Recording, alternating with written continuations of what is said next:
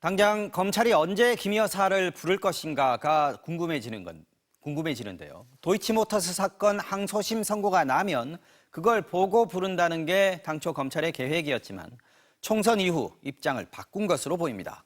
검찰 핵심 관계자는 MBC에 항소심 선고 전이라도 김 여사를 불러 조사할 수 있다고 밝혔습니다. 검찰총장이 신속 수사를 지시한 명품백 수수 의혹 사건으로 김 여사가 소환된다면 그때 주가 조작 의혹에 대한 조사도 한꺼번에 진행하겠다는 겁니다. 이어서 구민지 기자의 단독 보도입니다. 윤석열 대통령은 어제 기자회견에서 도이치모터스 주가 조작 수사는 받을 만큼 받았다고 주장했습니다.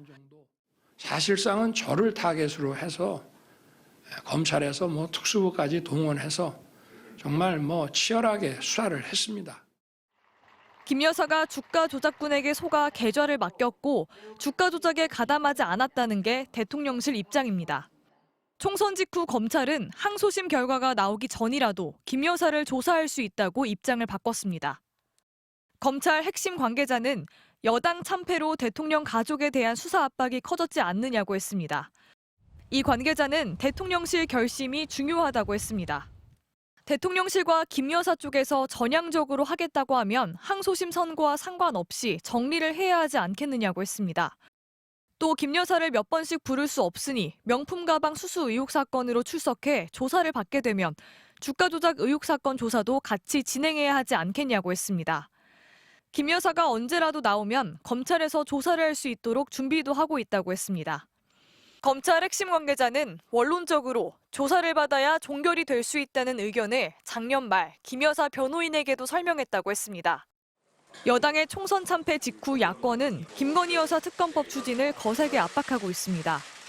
이원석 검찰총장은 송경호 중앙지검장에게 김 여사 명품 가방 수수 의혹 사건을 신속하고 철저하게 수사하라고 직접 지시했습니다. 대통령실과 미리 조율한 약속 대련인지 검찰이 대통령실과 거리를 두고 제 갈 길을 가는 것인지 해석이 분분했습니다.